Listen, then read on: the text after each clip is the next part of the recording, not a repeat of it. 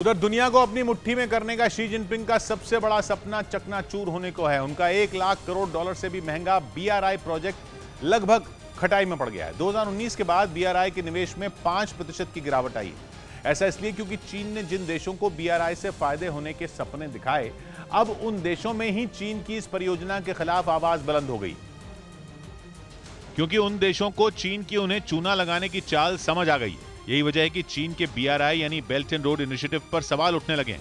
एक आंकड़े के मुताबिक बीआरआई के 35% प्रोजेक्ट बीच मझधार में अटके हैं। कहीं पर्यावरण से जुड़ा मसला फंसा है तो कहीं भ्रष्टाचार और श्रम कानूनों के उल्लंघन का पेच है। भारत का पड़ोसी बांग्लादेश, जो खुद बीआरआई से जुड़कर अपने हाथ जला चुका है, उसके वित्त मंत्री ने भी पिछले महीने सरेआम बीआरआई के खिलाफ चेतावनी दी थी। उन्होंने कहा था कि विकासशील देशों को बीआरआई के जरिए और लोन लेने से पहले 2 बार जरूर सोचना चाहिए। जैसे हर देश जूझ रहा है, हम भी काफी प्रेशर में हैं।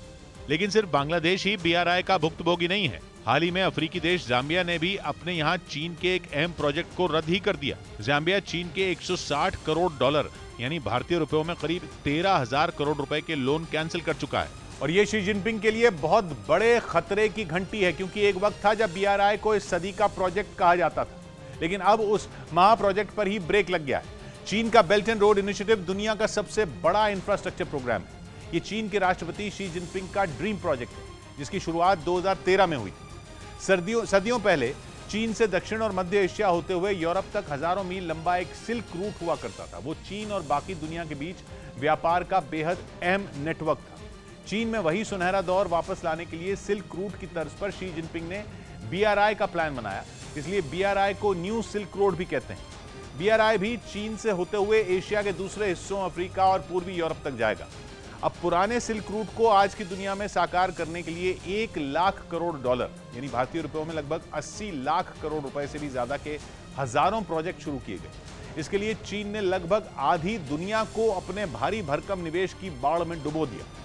निवेश की आस में छोटे और गरीब देशों ने भी खुली बाहों से चीन का स्वागत किया और वो चीन के झांसे में आ गए। उन्हें लगा कि उनके विकास के लिए चीन उनकी मदद कर रहा है, क्योंकि जो ग्रांट उन्हें वर्ल्ड बैंक और अमीर देशों से नहीं मिल पाती थी, चीन ने उसे बड़े आराम से और खुलकर उन पर लौटाया। लेकिन चीन जिसे निवेश कहता है, असल में वो कर्ज का ऐसा दलदल होता है जिससे निकलने की गरीब और विकासशील देश जितनी कोशिश करते हैं, उतना ही उसमें धंसते चले जाते हैं।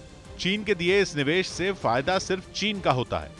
जिन देशों में चीन निवेश करता है, उनकी तो लुटिया ही डूब जाती है। श्रीलंका और पाकिस्तान इसकी जीती जागती मिसालें हैं। इसीलिए अब चीन के बीआरआई प्रोजेक्ट में शामिल देश चौकन्ने हो गए हैं, क्योंकि चीन को यह पता है कि अब उसकी कलई खुल गई है और इसीलिए अब चीन के मुंह में दही जम गई है। यही वजह है कि वो बीआरआई का बचाव करने में लगा है। दुनिया के सामने दिन रात बीआरआई का डंका पीटने वाले शी जिनपिंग की जुबान से अब बीआरआई नाम ही गायब हो चुका है।